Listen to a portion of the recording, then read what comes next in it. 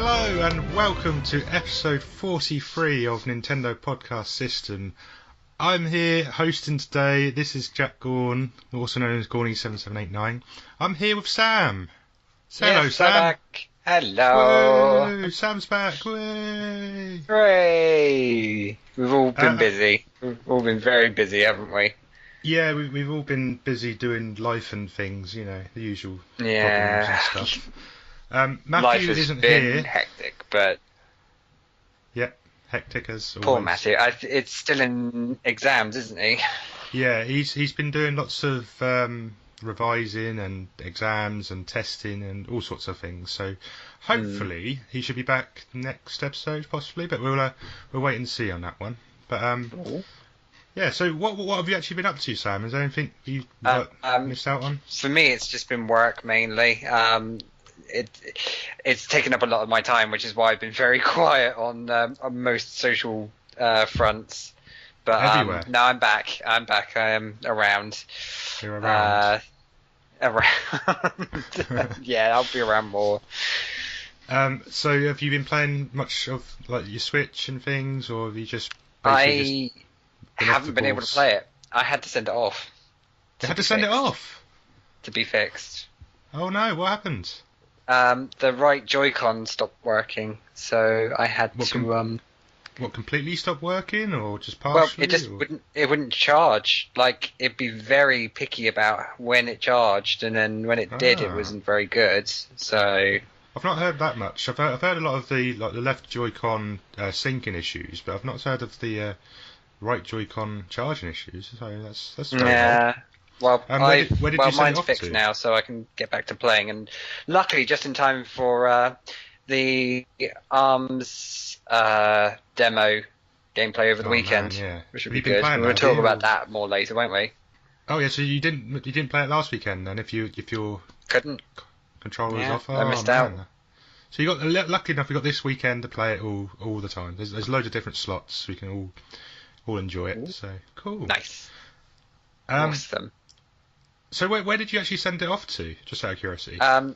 You have to go through the website. There's a bit where you can go through to like you register all your details if you haven't already, and you can either print off a label or you can get them to post you a label, and you get it to send it off for free to a specific Nintendo warehouse where they'll have technicians to have a look at it and fix it. Oh right, okay, that's quite handy. I know that a few other people, Jeremy from Basingstoke, Street Pass Basingstoke. But we have to talk about the rebranding in a minute. But yeah, from Street Pass Basingstoke, I know he's sending his controllers off because of the syncing issue. So maybe he sent it off to the same place as you have. But yeah, at least that there is capabilities to actually repair the console rather than just have to buy another one. So yeah, well, the nice thing is when I got it back, there was a letter in the box that I'd sent it off with. And they very graciously extended my warranty. So as of the date of the letter, it is now I now have 12 months again of warranty. From the letter. Oh, that's quite cool. Yeah. Nice. So you just I kept it in the box, and you know, if I have a problem again, I can say, well, yeah, it's from this date now. So it's pretty good of them, actually. Sweet, good to hear.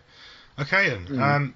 That's the sort of intro, and I've still been around. I've been doing mini videos and things, and you might have caught the last episode of the podcast. I don't know if you heard it, Sam, but I did a whole episode on my own. Sadly. Oh man, whole episode on my own, and it was so much hard work talking to yourself for like an hour. It's like you went for 57 minutes. That's pretty good. Yeah, I mean, I did kind of cheat and do half and half because I did record half during the direct the previous night. So I sort of edited that part in, but then I did another half hour on my own, and I find it really difficult to talk to myself at the moment. I don't know why, but it's not as easy. You did a good job of it. Trust me. I mean, 57 minutes of talking to yourself is really good. I did have Luigi as a special guest to jump in, and that for about 5 seconds, but that was about it. So, you know. Cool. Anyway, should we crack on to the next section? Let's crack on. Let's go in.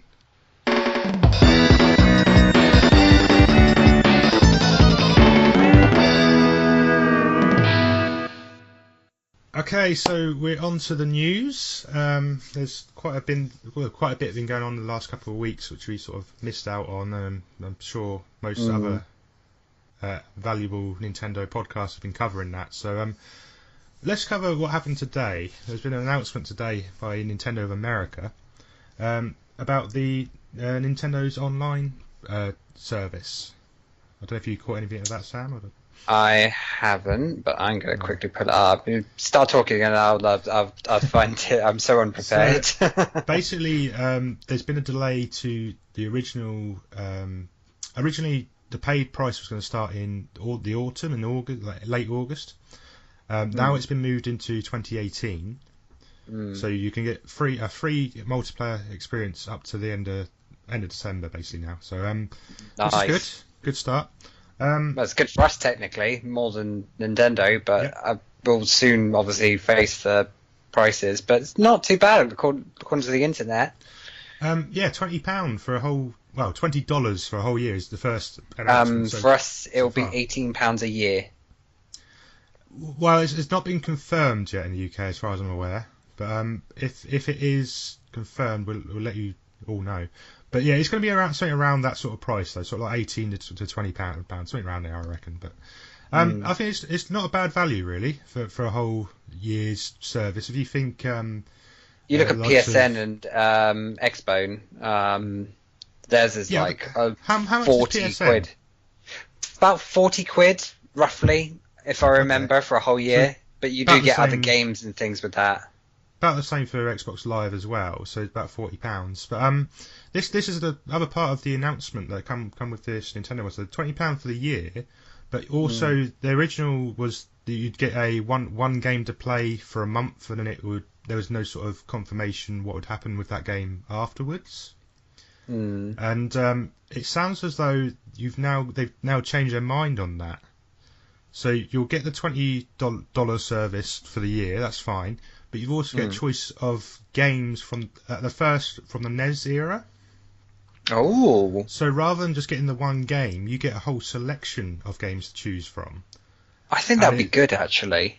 And as long as you're subscribed to the service the whole way through, you can access it for as much as you want. Like a sort of Netflix gaming sort of style. Oh, that's a good idea. Yeah, I think it's a brilliant move by them, if I'm honest. Also, if it's something you can go back to, it's making me wonder, like, the whole, because they're saying about this whole cloud service, because actually, that's another thing I should mention. When I turned on my Switch, it re-downloaded everything from a cloud, so I reckon this saves it to some sort of account based on your login details, and that's so being able to access that whenever you want is pretty good, actually. So yeah, that's actually quite a curious sort of thing. Cause you were saying you sent yours off, so you had to have the whole console wiped, and then you had to load stuff, or was that only a certain amount? Bits were already on there, like saved within the I think it was probably where I put the SD card in, but the other bits just re-downloaded, and it was all back on there again, very quick. It didn't take long. The good thing that if you do have any problems with games, you can just re-download them from your eShop because you've already bought and paid for them, so that's good. But I think it's the save data as well. That's the thing, because I checked and all my save data was there, so I was quite happy about that. You haven't lost your hundreds of hours on Zelda then, or anything like that? Nope, so, it's all there. Good. So about the service then, I mean, there hasn't really been any real mention of any games listed, but they've said that NES games will be included at the start. There's no. I think we'll find out more at E3 maybe. E3 seems to be the big place to find out what's going to happen next. But who knows? It's like that at the moment. So I think overall, I think it's a lot better idea than they previously earmarked out there. Again, it's still wait and see, but it's a good move so far. I'm looking forward to it. I mean, it's paying for another service, but if you compare it at the moment, Xbox just released their own games service, the same sort of idea. You download from their library, but it's going to cost you £10 extra a month on top of the £40 for the year for Xbox Live as well. Oh, so yeah, that's a bit steep. In theory, you're paying £160 to have access to, I think it's only 100 games on this library so far, which is it's still good, but at the same time, if you can get them for free, or only for only for 20 quid for the year. Good move, Nintendo. Sorry I say that. Yeah, Okay. definitely. So, other than that, in terms of news, there isn't really as much as I expected it to be. No. But I mean, we can the other thing we can discuss is probably is the Arms Direct. Yes, because unfortunately we sort of missed an episode. We were trying to record last week, and it was a bit more in people's vision and that. But the Arms Direct was fairly recently, last week ago. About a week or so ago, yeah. And it showed off a lot of new details and parts of the game, new characters, new abilities and things like that. Any particular ones you spotted that you fancied more as some of the new characters?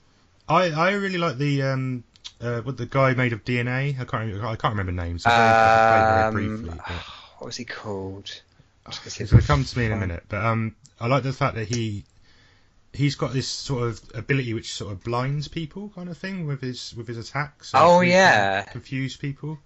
It's really annoying. Helix, that's his name. Helix, that's it. That's correct. Yeah. It's the really fact annoying. he can also change heights and stuff as well. Yes, especially when he's like up above you, and he's a very irritating character to fight against. But when you fight him with him, it's really cool. So maybe I just like being irritating. Maybe that's it. I don't know. But have you, other than we had a brief go in London, didn't we, Sam, when we played the original demo? That was the basic roster, wasn't it? Yeah, so it had only the 4 characters on that one, I think, the original 5, maybe 5. Springman, Ribbon Girl, Ninjaru, Monster Mummy, I think he was. Monster Mummy, and there's one more, I think. Ninjaru. Maybe not. I don't know. Ninjaru, I've mentioned. The but... girl in the yellow suit, the robot suit. I don't know if she. Oh, Mechanica. Mechanica, that's it. See, Yeah. I really need to do more research on this because I can't remember any of the names. So I know what they look like and sort of design, but I think the main thing that I sort of took from the direct was the fact that there's loads of characters in the game, and so far still no mention of Little Mac anywhere. I was like, oh come on, you've got to have Little Mac as a secret character or something somewhere. But I also that would be interesting. Although how they make his arms stretchy. Yes, definitely.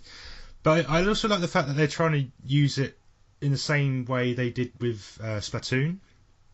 The way they've put out the direct and shown off loads of the game before you've had a chance to play it, before you can even know what it is. They've just literally put it straight in your face. This is what it is. This is the game. This is how you fight. This is how you do this. This is how you do that. And it's like, oh, okay, that's actually pretty cool. I really like that. I might want to give that a go. And then all of a sudden, you can have a go on this demo on this time. They made it fun as well, which I thought, in the sort of like commentator style and watching the fights sort of thing, it's really good. I quite enjoyed that. Yeah, I think he's definitely there as the sort of narrator on the direct, but I hope he has some sort of part to play in the actual game as well, because he's quite a cool little character that was sort of explaining everything. But I don't know how much he's going to be reused, kind of thing. It's going to be a weird one. I quite liked Twintella. Yeah. The one it's like it's not her actual arms, it's her hair, and it was like, oh, that's interesting. Yes. It's like I could kind of see it happening because I was just like, there's going to be a way they're going to have to mix up somehow, but I still like her as a character. She's like a superstar, isn't she, or an actress? Yeah. Definitely. And she's there just balancing on her hair, and then she's like hovering in the air with like sipping a cup of tea. I was just like, there's her, and there's the other girl, which is her arms are literally noodles, like ramen noodles kind of thing. And there's the ramen Mimin, bowl, I believe her name is. The ramen bowl level as well. When they first showed that off, it's just basically a big circle bowl in the middle, and you can jump in and out the side of it, but. You got to really think where you're going where you're moving to try and hit the opponent. It gives that something extra to each battle, I guess. But they also showed off there's like a research facility level where you've got that's Helix's, isn't it? Helix's level where you've got basically containers in front of you, and you can either bend your punches round these containers or go straight through it. But sometimes going straight through it isn't always the best idea because it slows your punches down. So there's a bit of a tactical sort of aspect to that level as you go around, but it's shaping up really well so far. I think so. I think there's it definitely got that sort of Splatoon aspect to it, that the colourfulness of it, the multiplayer modes, which are what I've played of it last weekend, was actually really strange setup. They put you into a lobby, and then they just give you a random choice of battles. And when you're in the lobby, it just sort of puts you, that's 1v1, and you got this person. Okay, that's fine. Yeah, not a problem. And then it takes you out, and then it's like 2v2. Like, oh, okay, nice. But the problem I've had when I was doing 2v2s is the connection kept dropping a few times. Oh, no. One person would drop out, and then you'd be on your own against two people, and it was like, oh, that's not good. So, of course, that's why the reason they've done these tests on the multiplayer, to see if it's actually working fine, and hopefully they can adjust a few things on their servers to help it out in the future. But it's one of those, they've got to be careful with it, because it could deter people from buying the game if it's not working properly. So I think, even though people just got to remember it's a test fire for a reason, and that's what they did the same with Splatoon. They helped them to balance and stabilize the gameplay and get people to enjoy it more. But like you say, though, it might put people off. So I think just people have to keep in mind is it does help us doing this now, and if we do have problems, they pick up on it. It's effectively a beta test of the online servers and see if they can handle the input, which is a good move for them to do, especially on a new system like the Switch. To see if they can actually take the internet toll that is going to be hitting them when there's loads of people playing this game. Exactly. There is. Just out of curiosity, Sam, have you been playing any of Mario Kart recently? I know you've been your console back. Done all of 150cc. Okay. So that's all done. Nice. It's just trying to unlock all the blooming carts and things now. It is a nightmare. Because I had that all on my Switch, on my Wii U, and it's like, I've got to unlock it all again. But it just gives you a little bit of something to work towards again, doesn't it? Just as we're on sort of online features, what was your thoughts on the online on Mario Kart so far, especially the battle modes? I quite like the battle modes. Probably because like Balloon Battle's fun. Like I've always enjoyed that because that's what it was from the classic SNES era. But I mean, it's quite good online. I haven't had too many problems, I'd say. Okay, so no real issues on things dropping or anything like that. It's always been pretty smooth so far. Or... No, it's been pretty smooth actually. Yeah.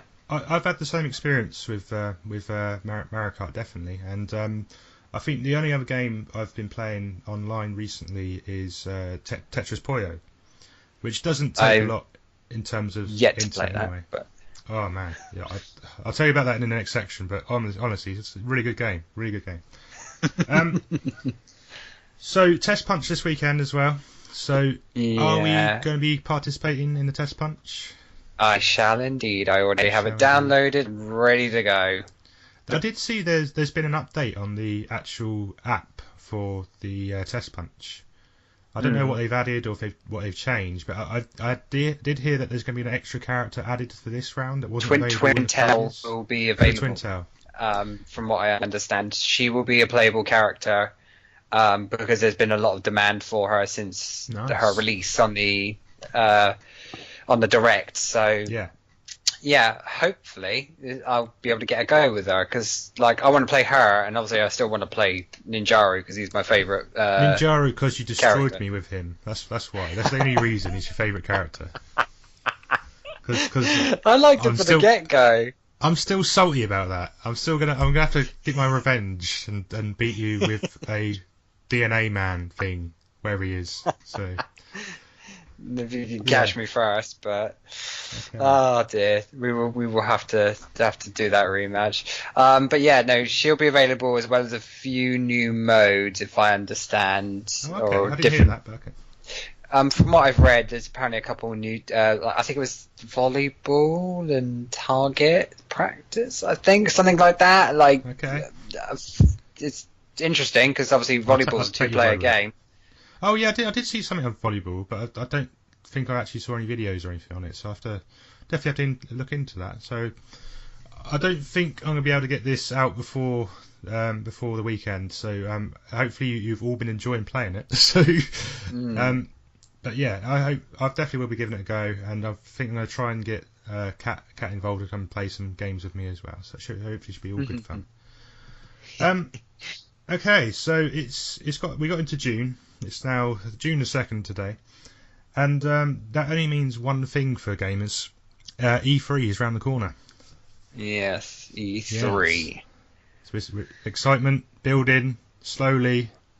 It's very, soon. very slowly, but it's worth it. It'll be worth it, peeps. It will be about all the new things, the upcoming, all the best parts. I suppose we should really talk about it in discussion section, to be honest, because we can do that. We can do that. Yes, we can. We'll keep you on the edge of your seat just for a little bit longer, and I think we're probably going to go into the next section, which is what we've been playing. Before we do that, I do have one extra. There's a couple of extra games I'm sort of seeing that will be coming to the Switch very soon. Well, I say very soon. Finally, we have a release date for the fantastic Sonic Mania. Oh, yes, I've heard about this. Oh, man, I'm so excited. Seriously, it looks so good. Every time I see a new video for it, I'm like, oh my god, they've done that, and oh my god, they've done this. For those of us who haven't heard, or like myself have forgotten, when is that, Jack? It is coming to consoles. Let me just double check that I've got the right date. The release date is August 15th worldwide. August 15th. Wow, that's not too far away. Yeah, we're only a couple of months away. So I did watch a video on it. It does look really good. They've on the latest trailer video. They actually did include an extra stage. Right. The past level of Stardust Speedway from Sonic CD. Ooh. Which hasn't been seen in any other trailer. So as far as I know, that's their first exclusive look. I was quite amazed by it because I literally played the game and released it a couple of days before my own channel, and then all of a sudden, it's in Sonic Mania. So it's got a few added things, like there's piranha plants in there for some reason, so it looks like it's been like old and decrepit for a while, like someone's like they've gone back to it kind of thing. It's really weird the way they've laid it out, but still pretty cool that they're still looking back at the older games and adding older levels into the game. But I hope they add a few more actual new levels in as well, so there's the right balance there, rather than just reusing the same ideas. There's also another announcement: Sonic Forces will be coming to the Switch, and they've got a extra character in the game where you can create your own Sonic character. Yeah, I read about that. It's like I can't remember if it was like you collect stuff and I think you can unlock. You can then customize your character with that. Yeah, but they showed the first character off as this like red hedgehog thing with glasses, and then I think it was like a bow tie as well. And it's just like they showed off bits and pieces of what you can do with each of the like creator characters. But yeah, they haven't really shown off much more than that on Sonic Forces, so pretty cool. Nice that they've actually decided to go to Google, type in their own name and the hedgehog, and then make it into the actual game. It's so cool. DeviantArt's going to go crazy for that, So. Oh, I bet they are. Oh my god.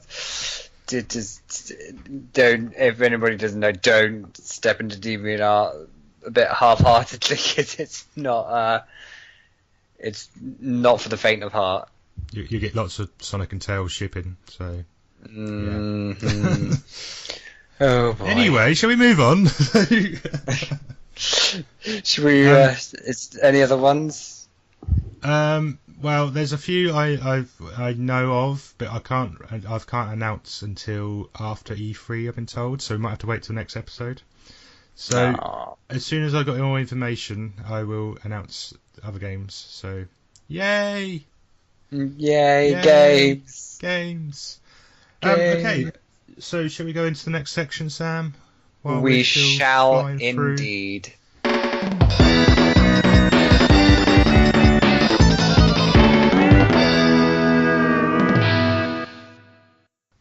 Okay, so we're now into what games have we been playing section. So let's start with what games have we been playing, Sam? So, Well, obvious one is what we talked about earlier was Mario Kart. yes, Have you played that as well? I'm assuming. oh, of course, man. I've played so much Mario Kart in the last like 2-3 weeks or so. For the time that I've got to play it, I've managed to. I tell you what, I skipped 50 and 100cc and went straight to 150cc. I played all the way through 50 and 100cc. And I was like, oh, cool, this is nice to get that through it and get all the coins and stuff, so it's cool.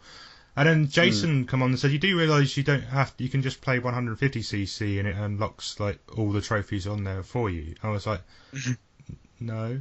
so thanks for that, Jace. But I still got extra coins for doing it anyway, so I wasn't too fussed about it. And so there's some other things unlocked. But Get that gold gear. what did you think of the new characters in the game so far? I mean, the 5 new characters. I probably lean more towards the Splatoon kids. I like them more. I really They're like their much fun. carts. Their carts are Yeah, amazing. they are really jazzy. It's the fact that they spray out ink rather than fireballs when they use turbos and things. I think that's quite a nice little added feature to their carts. One's the rocket from the paint tornado power that they get, which I was like, oh, that's really cool. And the other one's like a buggy like thing. What do you call it? Like a 4-wheel vehicle thing. Anyway, I can't remember what it's called.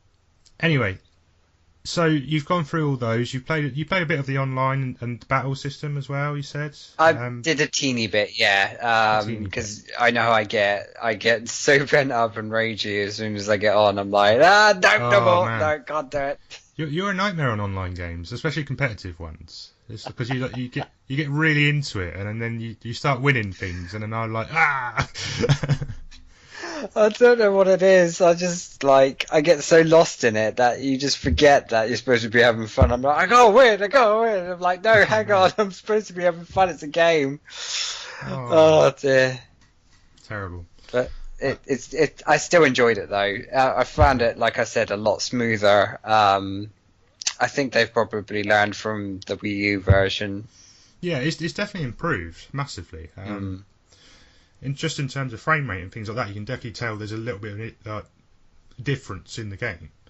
I think some of the levels just look sharper as well. I don't know if it's just me or just because I play mainly just on the Switch itself rather than on TV, and my TV's not the best quality anyway. So I think playing on the Switch screen is actually probably better quality than my TV I've got. But it's been excellent. I think I've really enjoyed it because I travel to my girlfriend's quite a lot, and I'm on quite a lot of trains and bus journeys and things like that. It's been great to actually just sit on there and just play Mario Kart, do a couple of laps and things like that while on the train. And I just think, why couldn't we do more of that like before? I mean, it's been brilliant. It's been a long-awaited thing, I think. This whole integrated system of at home and on the go, which I think a lot of people have been really desperately wanting. I mean, because I went to Basingstoke for an event, and I was on the way back, and I was just like, do you know what? I'm going to play my Switch on the train. And I think I caught one guy watching me out the corner of his eye. It was quite funny. I was going to give a shout out to Basingstoke myself because I went to the event after the event you went to, and right. We managed to play 8-player battle modes on the actual table there, and being in the same room as people while trying to battle it out is just brilliant. It's just so much fun. Especially when you're playing the level, the mode with the shine. Then you've got to chase the leader who's got the shine, and it's like everyone's cheering like, yeah, I've got the shine. No, I haven't. I've lost it. Oh my god! And it's constantly like that, and everyone's sort of back and forth, and it's just so funny. It's so funny to like watch and see and listen and everything's going on, and it really does show it off a lot. What that game does, I think, you know.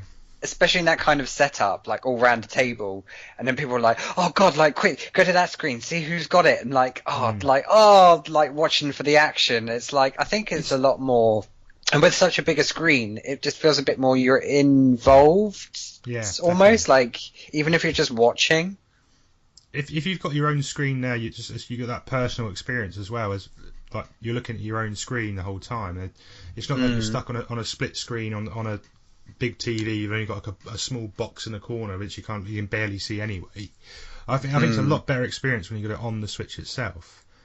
What I do recommend though, if anyone who is running events, the Basingstoke group actually have a USB adapter. You plug it in, and you basically get 8 USB charge points on this USB. Highly recommend it for all your events. Please just go and buy one because you're going to need it. You're going to use it, and you can have 8 people plugged into the same thing at once. They all had the charge stands as well, the plastic Hori charge stands. 8 of them on the table, all around the table, so everyone's all playing together, different modes. It's just brilliant, absolutely brilliant experience, and I hope there's a lot more couch co-op games coming from Nintendo like this. I mean, Arms is definitely going to be a big one for that. Splatoon as well, once that comes out and sort of shows off what it can do. I think both those games are going to be huge for that console. Yeah, definitely. I agree on that. It will make an extremely easy setup. Yeah. You got any other games you've been playing, or is that mainly it? Well, I was going to say, what did you think of the new battle modes for Mario Kart? Really good so far. I've pretty much like all the stages. They're all really good. They've all got their own. I keep leaning towards the Splatoon one. I don't know why. It's just so colourful and fun. You just get lost in it so quickly. I think just with all the little ramps and jumps. Because you're so used to seeing that map in Splatoon, I think everyone's sort of just where you're going before you've even loaded the map up, kind of thing, I suppose. But some are quite fun though. There's like a sweet one, like ice creams and cakes and stuff. There's the classic like SNES one with the little coloured borders in a square. I really like I think it's like a dynasty like temple sort of one.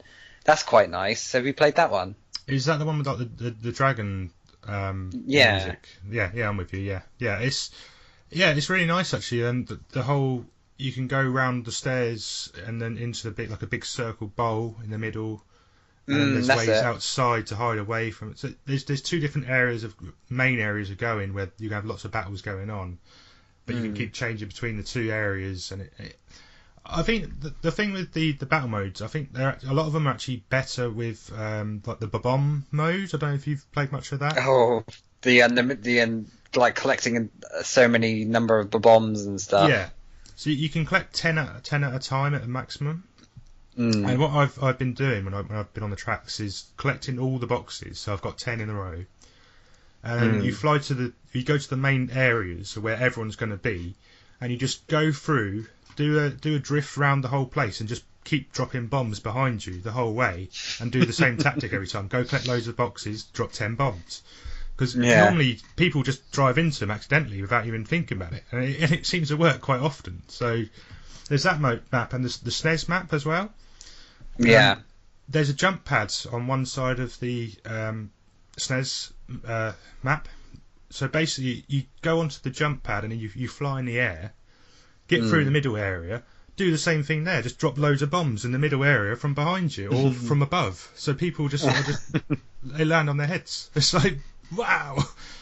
It's really good. I really am enjoying the battle mode, and I keep going back to it. I've been playing with lots and lots of different Street Pass groups, but especially the Norwich group at the moment. I keep playing lots of games with Si from Norwich. Oh, nice. He's been really nice about it and keeps inviting people to play loads of games. It's been a real good experience actually playing with loads of different people. when we're not playing them, we're playing the Mario Kart UK groups, we're playing the Street Pass UK groups, I'm playing with random people, and it all really good experiences so far, I think. It's just, it's a great game. Everyone needs to pick up and play it. Just go get it. Oh, yeah. Now. I definitely agree. I tell you what, though, bringing back all those old items, like the feather and the ghost. I really brilliant. like the ghost, actually, because it stops people from holding onto items for too long. Especially in the races. So when you've got people in front of you holding onto shells or holding onto the boombox, it takes it off of them. So like the last place will nick it off of them and things like that. I really like that. That's a really good added aspect to that mode. It really makes you think on your toes, doesn't it? Yeah. And it's like, oh, I've got this item, I'm protected, and oh no, I haven't. All of a sudden, it changes the whole game in seconds. So. Sometimes people will say it's a bit of a downer and don't like it, but I just think it makes you try and think how are you going to complete the track before anyone else, that kind of thing. But yeah, super experience. I highly recommend it, and Baby Bowser's going to get you. That's who I've been driving as lots lately. So, is there what any else other have you games, been playing? Sam? Me. Wow, I bought 2 new games this week. I've bought the Minecraft Switch edition, and I bought Tetris Puyo. That's nice. Tell me about Tetris. Tell me about Nintendo Minecraft, because I am quite an avid Minecraft fan. Yeah. But I'd like to see what it's like from the Switch's new Nintendo version. Okay. It's very similar to the Wii U version. I only played a very small amount of the Wii U version. I never owned it. I played it on other people's consoles. It's basically that game ported over, but it just runs a little bit smoother, a little bit better in areas. It's got the Mario World's map pack on it already, so you can jump onto that whenever you want. It's all free add-ons. They've also added loads of extra map packs to start out with. I think you get like 5 or 6 different ones you can use. But they've also got DLC included where you can download more packs. And I think the latest one they just added was an Adventure Time map, which was really random. Oh yes, I've heard about that. That sounded amazing because I like Adventure Time. It's such a cool cartoon. Because you get all you get the map, you get all the different weapons are restyled and things like that in the game, but you also get the characters as well. So you do. You get like Jake and Finn as characters, and things like that, and all the other is it Beemo, Princess sorry. Bubblegum, Ice King. Yeah, you can literally use all of those characters in the game. I thought that was a really good idea by them, especially with some of the areas that they could make in there. So that was a really smart move. I think the best part of playing Minecraft so far is the fact that when it's in portable mode, you can literally just walk around wherever you want and just go and sit down and play Minecraft. I've been taking my Switch to work pretty much every day. I go to work. So on my lunch breaks, I'd play whatever I fancy. So I've started playing loads and loads of Zelda at work, but then you get into it and it's like, I don't want to put this down, but I've got to go back to work now. Whereas Minecraft's the same problem, because you start building something or you start exploring something and it's like, oh no, I'm running out of time. I need to go back to work. Oh no, but I want to just build this. I want to just go and dig this. No, I can't. I need to go and do some more work. So it's good. It's a good experience, but not. I wouldn't suggest going too deep into it when you're at work. Does it? Have you? I'm probably going to look this up anyway, but have you played with anyone else on Minecraft? Yes. You can join anyone's game in the lobby if you're friends with them. So if your friends are playing Minecraft at that particular time, you can literally just go and join their game straight away. If they've ticked the box to say joinable, online joinable, you can join anyone's game at any time. I know I've got my own world, and Jason has got Minecraft as well. So he popped onto mine a few times, jumped on. I think there's a guy. there's another guy I think I added on me. The problem I've had with the Switch and the friends list is when I had Miitomo, I added everyone on there. No worries, just whoever adds me, I'll add you back. That's coming back and bit me now because anyone on Miitomo can add you on the Switch as well as a friend. Yeah. So that means all the people that can see that I'm playing Minecraft on there can come and join my game at any point if I'm joinable on the map. So it's quite hard to restrict who can come to your game and who can't come to your game. It's just open, everyone in your friends list can join or no one can join kind of thing. It's like that kind of thing. So I might need to have a bit of a friend cleanse, shall we say? But it's been a real good experience, and the fact I can just jump on, I can. There's someone else who's got a game open straight away. I'll jump on their map. I'll go make something on their map quickly, and then I'll go and run away and pretend I wasn't ever there. So it's quite funny. But all of a sudden there's this random building that keeps appearing on people's maps, and it says Jackal's here. So. Yeah, no Herobrine or anything like that, but it's pretty cool. It's pretty fun, and if you like Minecraft, you're probably going to download it anyway. If you haven't, there's a lot of people who haven't actually played Minecraft before, and I've been speaking to, and a lot of them are actually considering getting the Switch version because it seems so easy. The fact you can just pick it up and play wherever, kind of thing, and I think it does add that sort of thing that you can join locally and play locally up to 8 players. You can play online as well. I think it's limited to 8 as well, but I'm gonna have to double check that one. But it's just playing together is the best way to play Minecraft, and I think it's again couch co-op is brilliant for this game, and so is online co-op. So the only issue so far is there's no voice connection or anything. You have to use a separate app to connect with your friends, like Skype or any other apps like that. So. Just to mention that, because I did forget to say, that will not be coming until Nintendo's online paid service comes in next year. So that's been delayed as well, the actual voice connection and app as well. So, yeah, Minecraft's really good. Highly recommend it. If anyone does want to come join, add me on my friends. I'll add it to the everywhere, Facebook, Twitter, and on the description. So we can, if you want to fancy joining either me, I think Sam be up for me adding his friend code on there as well. We can sort some games out. So the other game I bought was Tetris Puyo. Really good. Ooh. It's if you've played Tetris before, you'll know how to play it straight away. Pretty much, it's not a lot to it in terms of Tetris. Puyo Puyo. I don't know if you've ever played any Puyo games before, Sam. It's quite a difficult one to. Played something similar to it, but not Puyo Puyo itself. Yeah, there's a lot of similar ones out there because I had the Dr. Robotnik Mean Bean machine on the Mega Drive, which is also a Puyo Puyo game.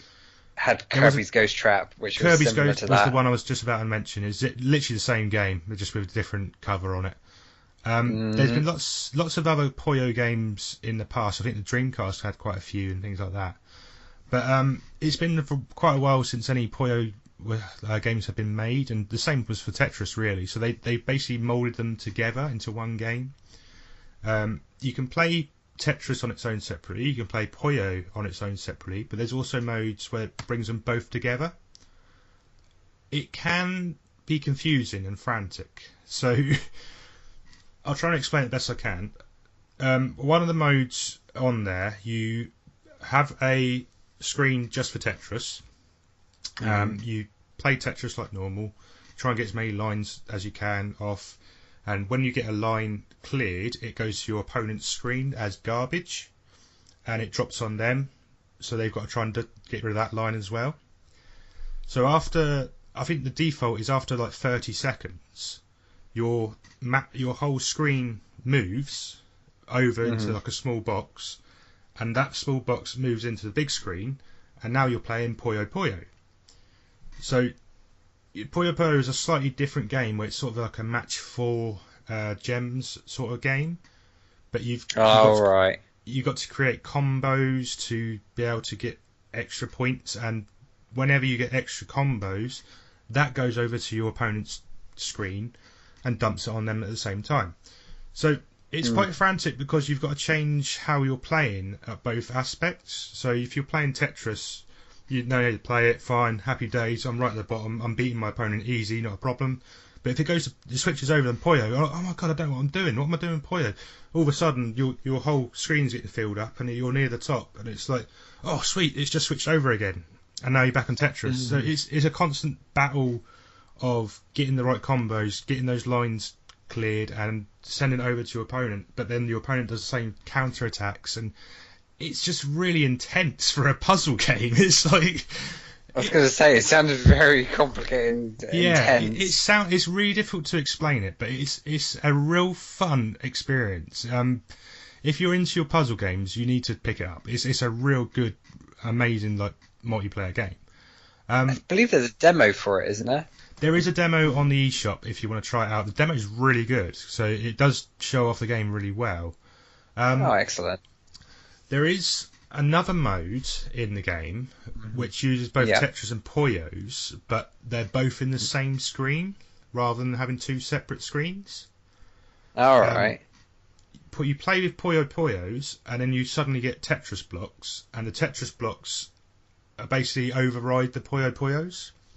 So they fall to the bottom. They fall to the bottom of the screen, and Puyos go on top of the Tetris blocks. So you can still make combos using the line clears and the Puyo combinations, though, and depending where you drop the Tetris blocks, depends how you make the combos that fight over to your opponent. Oh my god, I'm running out of breath trying to explain this. Oh dear. It sounds so awesome, though. Just like you really got to be on the ball with your gameplay and stuff. You've really got to be on it all the time and trying to do it. Me and my girlfriend Kat have been real intense playing it in the last weekend. In between our playing mini bits of ARMS.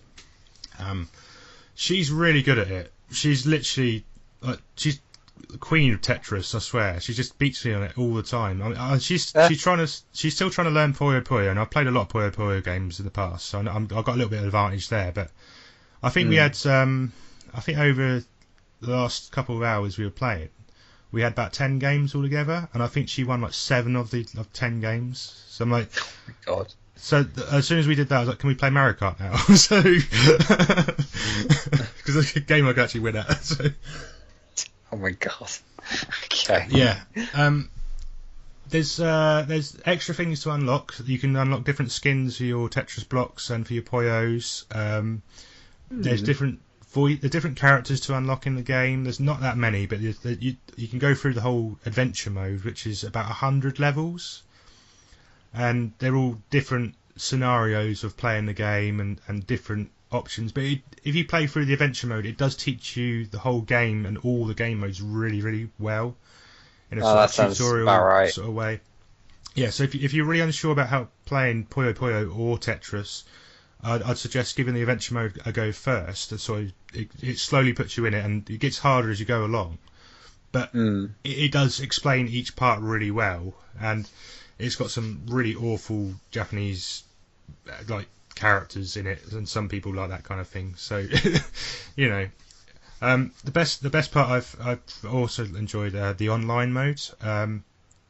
You literally start up a game. You choose either Puyo or Tetris, and you face anyone in the world at random. And it's like a ranking system where if you win, you go up the ladder. If you lose, you go down the ladder. So depending on how you're doing, depends on who you fight. In theory, in a battle. So the better you get, the better opponents you fight. And some of the people I've been battling against, mainly from Japan, crazy good at Puyo Puyo and Tetris. Seriously, I'm like, before I've even put a block down, they've cleared like 6-7 lines. I'm like, what is even going on here? You know. I think it's quite a popular game over there, though. Yeah, I think both games of Puyo Puyo and Tetris have still been really popular in Japan and East Asia in general. So it's interesting to see how it does over there. I'd like to see some numbers if I can find some. But yeah, I definitely recommend at least trying the demo. The demo is really good because you can play that multiplayer as well. So if you feel like you fancy going into it a bit more, I would do suggest checking out the game. There's lots of extra different modes to play. There's about 6 or 7 different ones you can play on multiplayer. There's a few more like challenge modes of things on single player. So all really good game altogether. Sweet. Yeah, and other than that, I think I've pretty much exhausted myself of all games that I've been playing. So, For me, other than that, I can't remember if I mentioned Spectre Knight, did I? I don't Like think so. previous. Not recently, anyway. I can't remember if I mentioned it. Well, you did mention get it now. Well, I'll mention it now in case I have and I haven't or whatever. But I did play Spectre Knight, which is the Shovel Knight DLC. Yeah. Which can actually be a standalone as well, but I've played all of them because I love them so much. Yeah, but I played through that and I thoroughly enjoyed it. It's a great backstory, like a prequel to the main stories of Shovel Knight and Plague Knight, and it's brilliant. It really is brilliant. They've learned from the past too. It's fluent, it's fun. It really explains how like some of the characters came to be or why they're like they are. Yeah. They've put a few little sort of side quest bits in there, which is all right. But mainly, I just found it really fun and quite quirky. Characters have loads of personality as always. I think I found the final boss fight one of the hardest bits. Really? That and trying to get around, because like Shovel Knight has like all the different items and abilities as does Plague Knight. Spectre Knight is a little different. Like there are a couple that help him be a little more mobile, but for him to move around, instead of like bouncing on something, he has to kind of like do like a slash attack almost. Yeah, I did see something of that actually, and I watched a couple of playthroughs, and there's like a really weird sword slash you've got to do to move kind of thing, rather than actual like doing jumping or bouncing on things. But he can do it to enemies, but he'll bounce off of them if they don't die. But if it's an obstacle, he'll just sort of slash through it and then up to the next bit. So it gives him some distance. But it depends on where you're actually positioned. That affects how you sort of slash. So if you're underneath it, you slash up. If you're above it, you slash down, which is kind of weird because you have to kind of let yourself drop down to then do up again. But especially when it's above like a pit or something, you're a bit like, oh, it's a bit of a risk. God, actually, that's the other bit. The other bit I found very frustrating, but challenging. Don't get me wrong. There's a secret bit hidden in the castle in the main sort of area, the safe area. I won't say where, because then that'll ruin it for people who are trying to find stuff. But it's a bit where you have to climb the tower, but the tower scrolls up, so you have to keep up with not falling to the bottom. Otherwise, I'm with you. You sort of die. And like enemies spawn, like platforms will fall, like stuff will knock you back, and you get stunned, and it'll waste your time, and then you get distracted by like gems along the way. I died so many times on that. It was infuriating. I was just like, I'm gonna do this. I got to one point where I nearly to the top, and then something knocked me back, and I died because it was like all open area, and I was like, oh.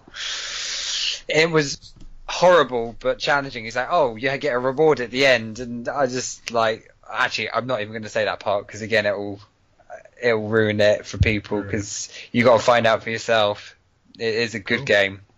I keep sort of hovering over the whole pack of Shovel Knight on the eShop there. I'm like every time like I've played the Shovel Knight one though, so do I really need to play the others, or do I need to buy the others? But you're really convincing me to just go out and just go buy it, and I'm like, oh, I really should. I really should.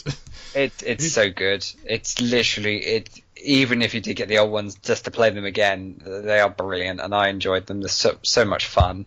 Are you doing any recordings for Shovel Knight or anything, or are you still off at the moment? I don't know. Maybe. I mean, at the moment, I'm not going to be doing anything for a while for recordings, but we'll see in the future maybe. I mean, I like I said, I enjoyed it thoroughly. It was a great game, brilliant. Right, well, I'll have to look into that and try and find that magic money tree wherever it is. So, I if think anyone money's can the lead only me the problem. way, There's so much good stuff coming out. We're running out of yeah, I mean, money to be able even to spend. even Street Fighter's tempting me, but it's a bit expensive at the moment still. I think for what it is, Yeah, but that does look good. it does look really good in HD, and Mm. I'm just tempted so much.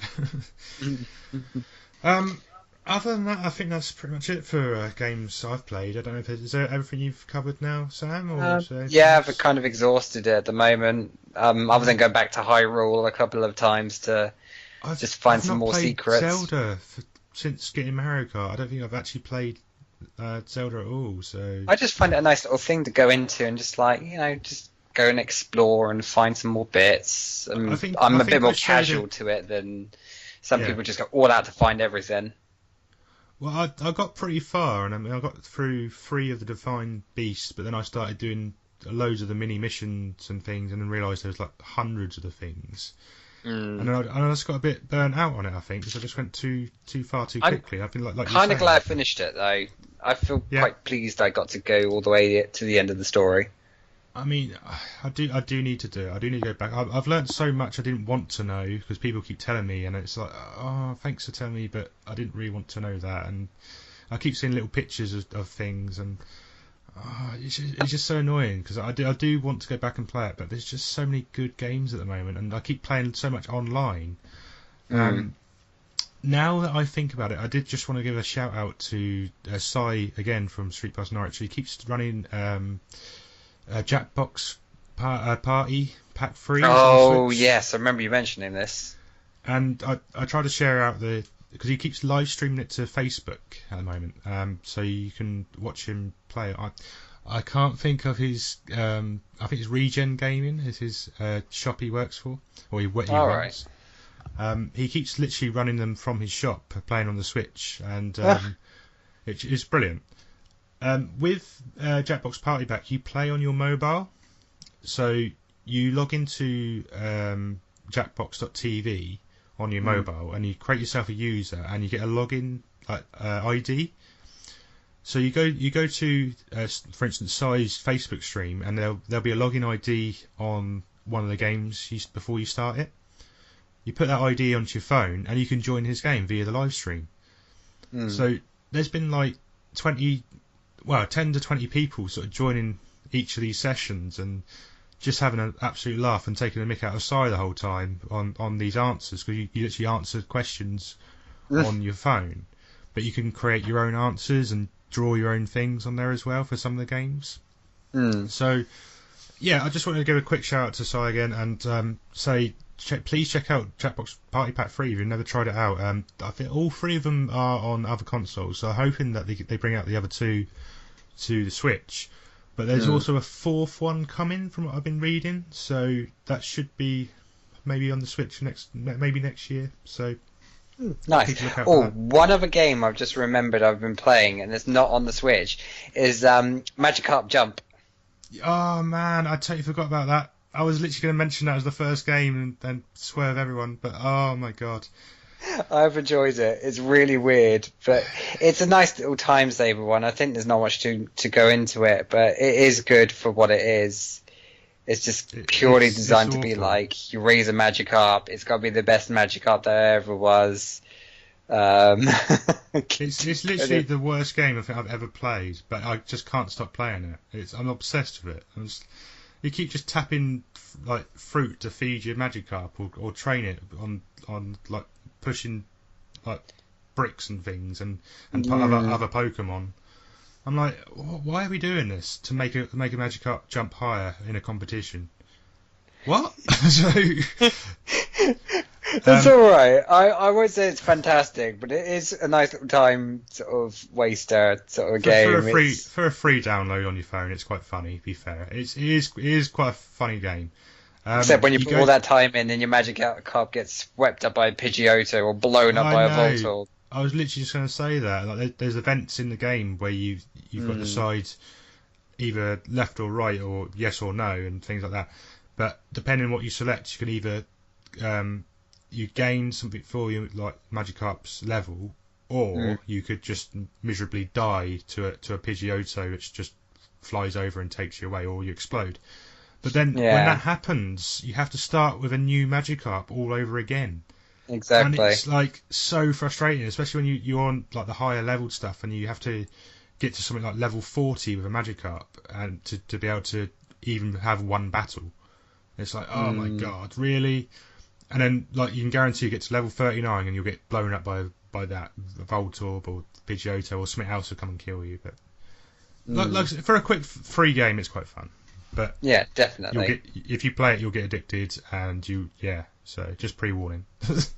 Nice shout out, Right. though, Sam, for Magikarp. I like that. Cool. Shall we It's move the on to worst. the next section? Yeah. Okay. I think we better. For the hate of Magikarp flows through you. I hate him.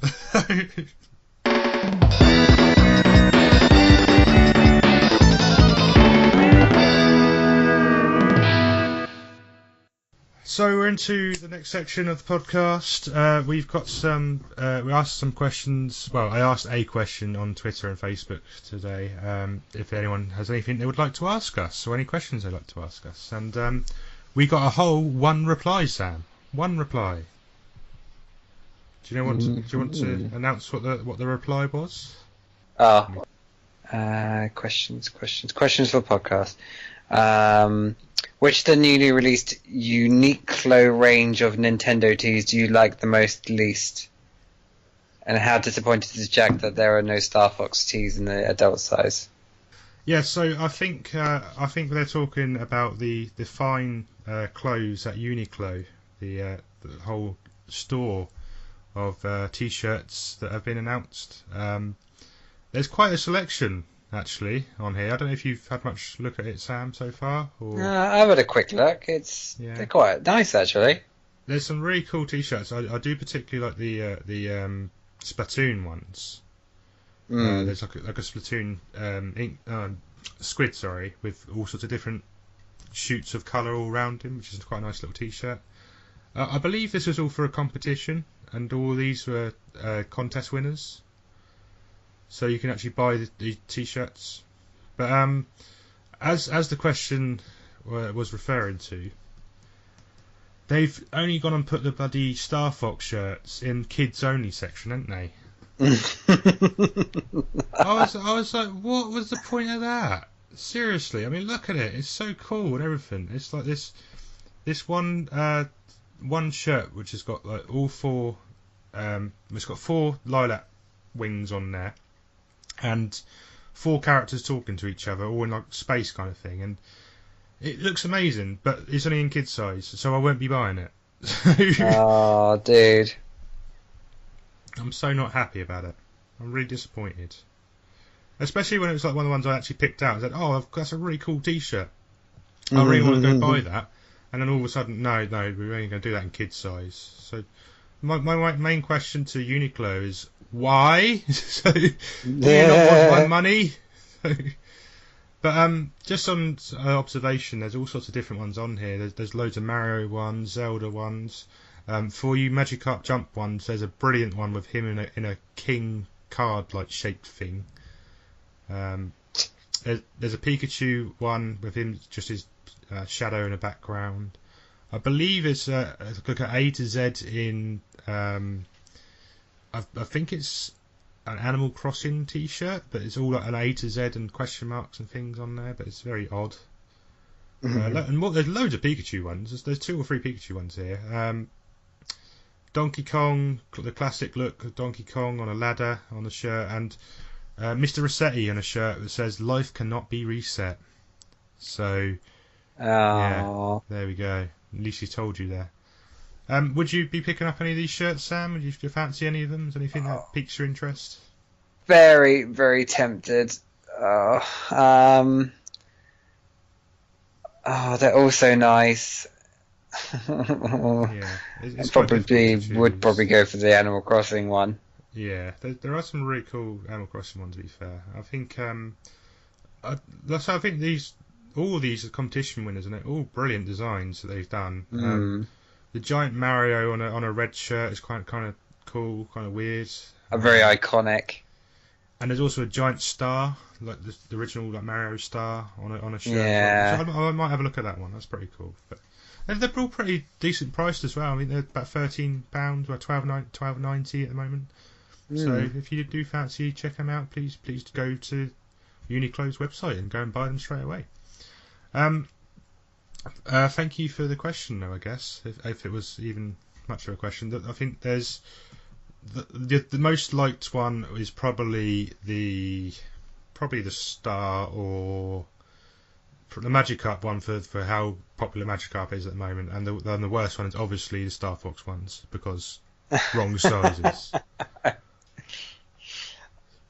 I quite like the Splatoon one. I like the little pipe pocket one with Mario and Luigi poking out. That's quite cute. Yeah, cool.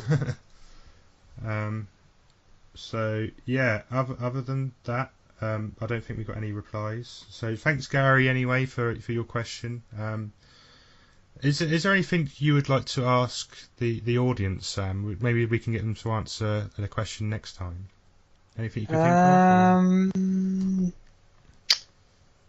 Not particularly. I'm trying to think of any questions we could ask. I'm really sorry for putting you on the spot, but I'll just something I thought of on top of my head straight away. But I'll be more prepared next time, maybe. I would like to know how many of you have picked up Tetris Puyo and Minecraft in the last week or so, because I don't think from what I heard about Minecraft, it has sold really well on Switch so far. There's been quite a lot of people that downloaded it. So if you have got it, I'd be interested to know, and maybe we can make a podcast server and get people on to make their own things, and we can show it off. Maybe with a bit of help of Sam's fancy recording mabobs, maybe we can show off some people's designs and things. So this is a cool idea. I thought maybe, but maybe not. I don't know. But yeah, see how it goes. So yeah, please just let us know. Have you bought either of those games? And if you haven't bought any of those games, is there anything else that you fancy on the eShop that you've taken a look at but haven't bought yet? Maybe there might be something there that could pique your interest. So cool. I know we were briefly going to talk about E3 coming up. Was there anything in terms of predictions you've got so far, Sam? Is there anything you would like to see at E3? I know it's very early days so far, and we're still just sort of building up to the excitement stage. But is there anything you would personally want from Nintendo? I want to see more on the Mario game, personally. Yes. Mario Odyssey. A big one for everyone to see a bit more Mario Odyssey at E3 and to see how well it's developed since the last trailer we saw. So Mario Odyssey is definitely a must see for all of us, I think. I think I'm trying to think if there's anything. I mean, Splatoon 2, they've shown off quite a lot in the recent weeks, especially the end of the last direct they had. They showed a bit of the 4-player. What's the best way to call it? I can't remember what it's called. Basically, the adventure mode where you've got constant waves of enemies coming and things like that. I think that I'd like to see a bit more salmon enemies. Yeah, against the salmons and all that. I'd like to see a bit more about information about that mode and see what else you can do in that. I think because it looks so different to the rest of the game, I'd like to see why it's developed that way and why it's looking that way. I think that'll be a real interesting point to that game, especially for online play. So a bit more information on that would be great. Definitely. Any other games you can think of that you out of the box? I know people were saying a lot about Pokemon Stars being possibly announced, or maybe I think I want to know. I reckon they'll confirm, possibly, this is a prediction more than anything, I reckon they're going to confirm Smash for the Switch. I think that's going to be a definite. It's been lying on the surface for a while. A lot of people were demanding Smash for Switch. Why release Smash Amiibos when... That is the main thing, isn't it? I mean, they've got so much of those just lying on the shelf now because you can't use them unless you've got your Wii U set up. Yeah, it would make sense. It would make perfect sense. I personally think they'll wait till next year with if there is any. There might be a small announcement of they are in development possibly, but I don't see Smash being involved much in this E3. Possibly next year, I reckon. Just to the pure fact that they've got so much focus on ARMS and Splatoon as the two big multiplayer games coming out. And then Mario Odyssey is likely to be the main big game seller at the end of the year. I'd like to see a bit more about the indie games that they've already showcased off and some actual release dates for those games in the gaps in between. And if there's anything else that Nintendo are bringing to both the Switch and the 3DS. So please don't forget about the 3DS. Still a great console. Still some great games coming out the next year for the 3DS. So don't just chuck it in the bin because you got a Switch. It's still a great console. What about this announcement? I did forget to say it. What about this new 2DS XL? Have you seen much about that, Sam? I did see it, though. To be honest, I kind of just brushed it off my radar because I really wasn't all that interested since the Switch has come out. I've just kind of gone nah. Yeah. It was a real nice design, to be fair. Oh yeah, don't get me wrong. It's nice colours and design. Just it's a beautiful looking console. It's a bit too late. I think for a low cost console, which has got a massive library already set up for it, especially when you can download so many of those games straight away and play them now, I think it's a great value console to buy for people. If you're in the low cost bracket and can't afford the Switch, it's a great console. True. The problem Very is true. A lot of the people that wanted to play the 3DS already now own a 3DS. I think there's 55 to 60 million consoles sold out there now, so you can't really flog it too much now. I think it's gone a little bit too far with it. I think this is probably the last mention of 2DS, 3DS you'll probably hear for next year or so, other than a few straggling games to come out. I think you've got the Pikmin game to come, the 2D Pikmin game. There's another Layton game possibly coming. I think Lady Layton is coming to the mobile, but it's also coming to 3DS, which is a bit of an odd one. So I don't know why that all is, but I think that makes sense in terms of just carrying on the franchise on the actual console it came out on. Yeah, definitely. But there are a few other games. There's a few Kirby games still to come, I think, as well. So it's not completely dead yet. You know the console's on its way out when you see a Paper Mario game appear. So another Paper Mario game. So if you look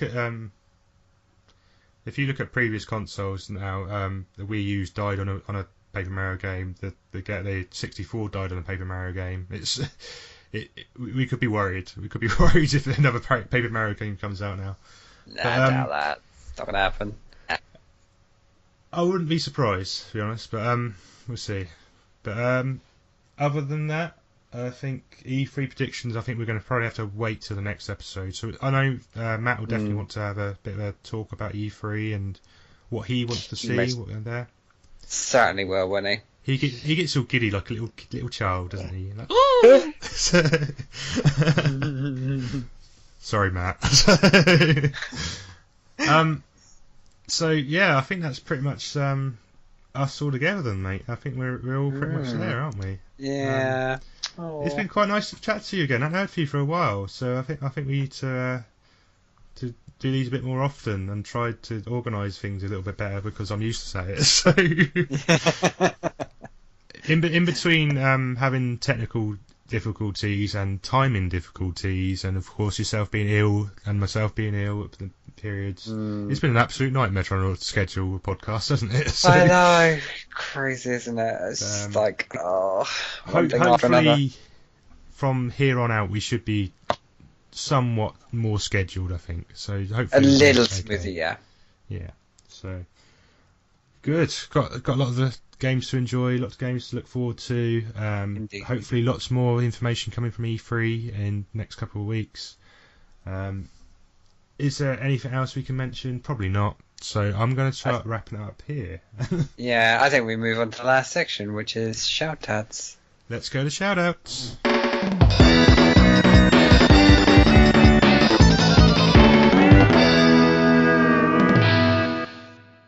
So we're into the shout-out section of the podcast. Do we have any shout-outs, Sam?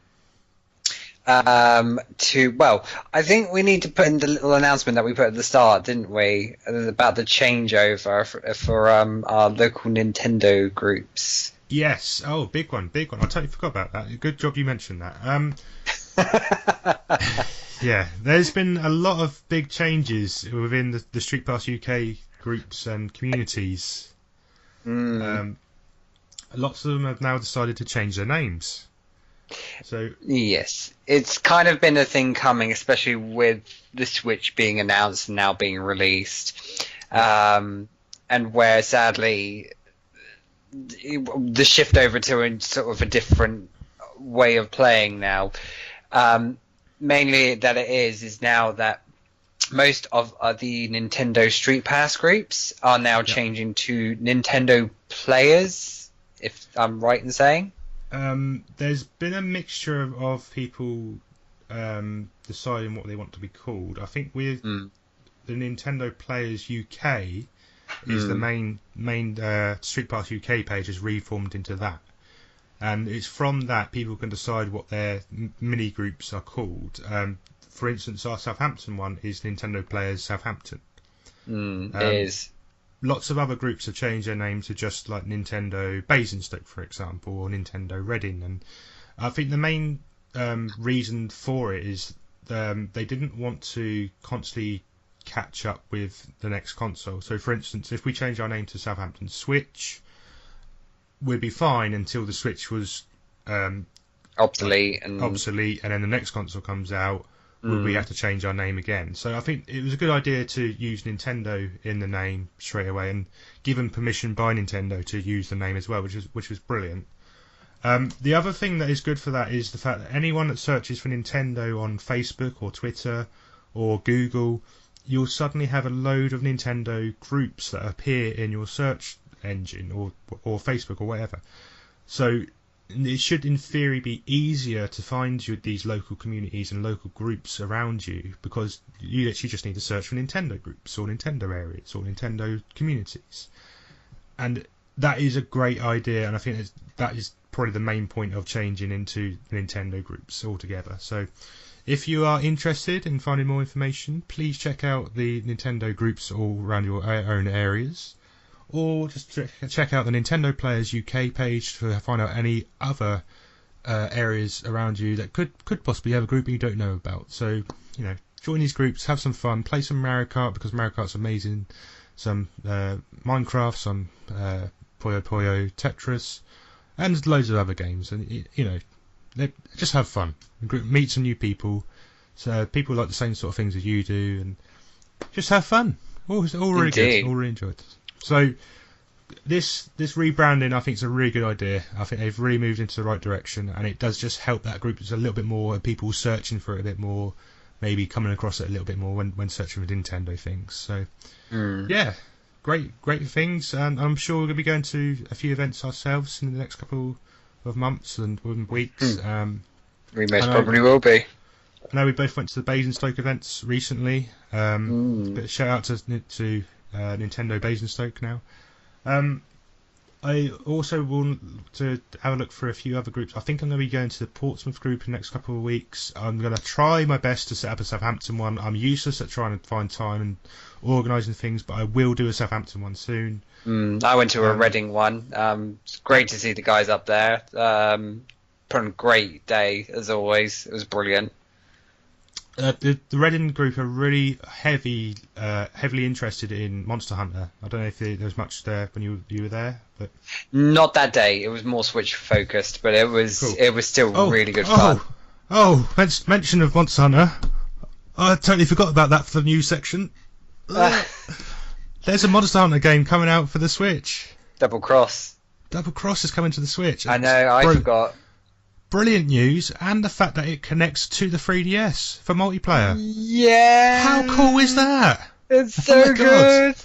So all those people that can only afford 2DSs can still play games with you with the Switch. Amazing! I'm so happy. Amazing! This is great! Cross-platform functionality. Oh man, it's just so cool. Honestly, I think, why couldn't more games do that? You know, that's the thing. It's like, oh. I know it's crazy, isn't it? I think the only problem with Double Cross is that it's going to be like 3DS quality on the Switch, so they haven't had the time to update any graphics for it. But I think that because of that, they've still got that link with the 2DS and 3DS games, which is a great move. We'll have to test it out to see how it actually when we get it, how it actually plays with the 3DS, with the 2DS, and compared to Switch on Switch. So that'd be interesting to find out. Hopefully online modes. I'd like to find a bit more information about online modes, especially playing on the Switch console. It'd be great again if we can have like 4-player matches. Be easy to record. So you know, rather than having to. Well, easier than having to record on a 3DS or 2DS because equipment is costly and things like that. So, yeah. Really looking forward to that. I think that's going to be a must-buy when it comes out. Did we get an idea of release date on that, Sam? Do you have any ideas? I can't think of the top of my head. No. I think Japan got their release date, but I don't think the worldwide's been announced yet. I might be wrong about that. But worldwide hasn't yet. Okay. So yeah, Monster Hunter, look out for that. Monster Hunter, oh good. I'm so excited about that. Honestly, I got really into the last 2 games of Monster Hunter, so I'm really looking forward to the Switch version. So, any more shout-outs before I go on to another massive rant about a game I've forgotten? So, I've got no other ones. Okay, as mentioned before, Regen Gaming and Sai at Nintendo Norwich. Big shout out to you, man. You've been really cool putting on gaming, multiplayer gaming for people. It's been real nice to just join random people and have good funny conversations about random things. Lots of people on Twitter have been following me and checking out videos and checking out the podcast recently. Thanks to everyone that has checked anything out. Really enjoying that. In terms of other shout-outs, personally, I'd like to give a shout-out to all of the Southampton Game Fest teams, because I met a lot of new people there who like a lot of the things there, and we had a great experience running the 1-2 Switch and Mario Kart tournaments there. Yes. Brilliant experience. So big shout out to that community. Please check them out on Facebook and Twitter. Other than that, I think I'm sort of running out of ideas, so I think we need to start sort of wrapping it up from there, Sam. So, Shall we say goodbye, and where can they find you on the tinterwebs? They can find me at samspade_UK on Twitter. You can also find some of my videos that I've done on YouTube. It's Sam Spade Gaming. As well as you'll find me at Street Pass Southampton. Not Street Pass, Nintendo Players Southampton. See, you got it wrong. You got it wrong. I knew someone would. I'm surprised it wasn't me. So I'm gonna get used to that, but it will eventually sink in. Yeah, Nintendo Players Southampton. So it is NPS, I think, which is nearly Ninja Sex Party. Yeah. So anyway, it rolls off the tongue, though, so it's quite handy. Yeah. So yeah, if you're all done it, so you can find me at Gorney7789 on Twitter, on Facebook, on YouTube, on MySpace, on other places on the internet. And you can also find the podcast on N Podcast System on Twitter, Nintendo Podcast System on Facebook, and also on YouTube. We're also on Podomatic on the interwebs if you want to listen to it in podcast form. You can download from the Apple iTunes or whatever it's called now, because they've had to change the name, and I know I'm going to get shouted at by the guys at DS London who keep moaning at me that it's now called Podcasts app or something like that. So I'll have to confirm what the actual name is because they keep changing it every 5 seconds and no one knows what it is. But yeah, just look for the podcast and you will find it if you want to download it. The easiest way to download it is probably Podomatic for anyone else. You can download a Podomatic app and record and listen to it straight from the app. So yeah, that's cool. Nice. Do you have anything else planned in the next couple of weeks, Sam? Is there anything else you want to shout out about that you're going to be doing? Nothing. Nothing in particular. Okay. I've just been to Comic-Con, so I'm all. Oh yeah, how was Comic-Con? It was good. It was really good. There was, I tell you what, there was an amazing cosplay of Toon Link and Medley, and somebody had actually kitted out had made a shell and then put it onto a small car of the King of Red Lions. And it was. Oh it was yeah, brilliant. I saw that. Yeah. And they were driving it around, and it looked like they're sailing. It was brilliant. That was the best thing there for me. I was like, "This is so cool." How did they fit that through? That's what I was trying to wonder because it was so massive, wasn't it? It was like the whole thing was huge. Oh, they got it through. They got it through easily. The doors were big enough, but it was just it was so brilliant. They stole the show, I think. Cool, nice one. Cool. Glad you enjoyed yourself though. Hope you picked up loads of goodies and. Oh, I got loads I wanted. You'll see my new Umbreon backpack I got. Oh my god, jealous. Okay.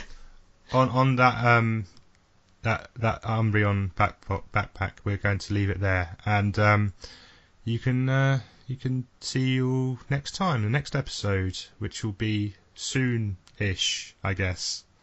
Yes, it should be soonish. But thank you very much for listening, guys. Really appreciate it. Any questions, please fire them at us on the Twitter. Every little question, we love it. Twitter, Facebook, also Discord. Discord's got a special section for us. It's in the description. You can click it now. Go down there and click it. Join our Discord page, and you can send any questions on there, and we will answer them. Anything out of the box. Unless it's really rude. And then we probably won't banters, answer them, if it's banters or if it's a bit of saltiness, or if it's gonna me, Matt, and Jack all having a bit of a jab and a poke at each other, then definitely we'll answer those. Yeah. Right. Well, that wraps it up for episode 43. And from me and from Jack, and I'm sure if Matt were here, he'd say, happy gaming. Happy gaming. Goddamn Uniqlo and their goddamn small shirts. Ah!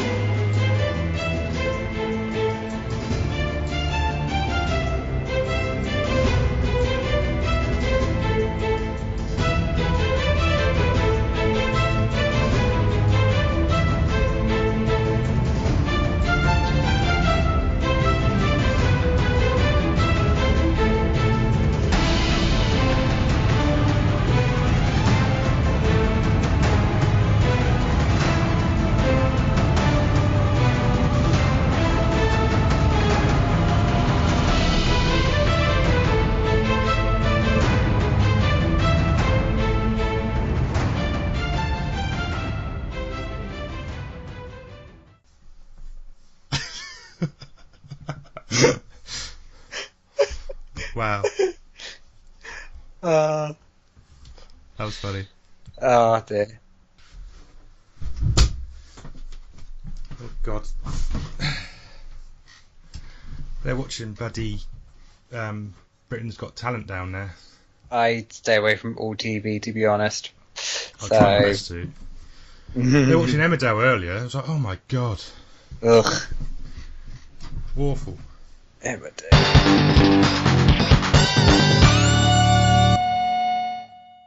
Hi guys, hope you don't mind me interrupting the end of the podcast. I just wanted to do a quick add-on. It was the Pokemon Direct today. So a few quick announcements. There was Pokken Deluxe announced for the Switch. Has extra characters including Decidueye from Sun and Moon. We also got announcement of Gold and Silver coming to the 3DS in the same way that the Red, Blue and Yellow came to the 3DS as well. It's got links to Pokemon Bank, which is great. Didn't hear if there was any links to battling and trading, but I presume there will be, so we'll wait to hear some more information. And there's also going to be an updated version of Sun and Moon. I don't quite understand if that's a full game, a part of a DLC pack, or something else. Again, limited information, but it's all pretty cool. So, if you've missed the Direct, check out Nintendo's YouTube page. It's on there right now. You can re-watch it, re-listen, whatever you want to do. Cool. Thanks for listening, and I will see you later on. Happy gaming!